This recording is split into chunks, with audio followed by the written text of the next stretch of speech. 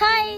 குளிச்சதுனால ஒரு உயிர் போயிருச்சு அப்படின்னு சொன்னா உங்களால நம்ப முடியுதா? Of course it's a real incident. உண்மைதான், நம்பிதான் ஆகணும். அமு ஹாஜி அப்படின்றவரு 60 வருஷமா, 1 வருஷம் 2 வருஷம் 3 வருஷம் இல்ல, 60 வருஷமா குளிக்காம இருந்திருக்காரு.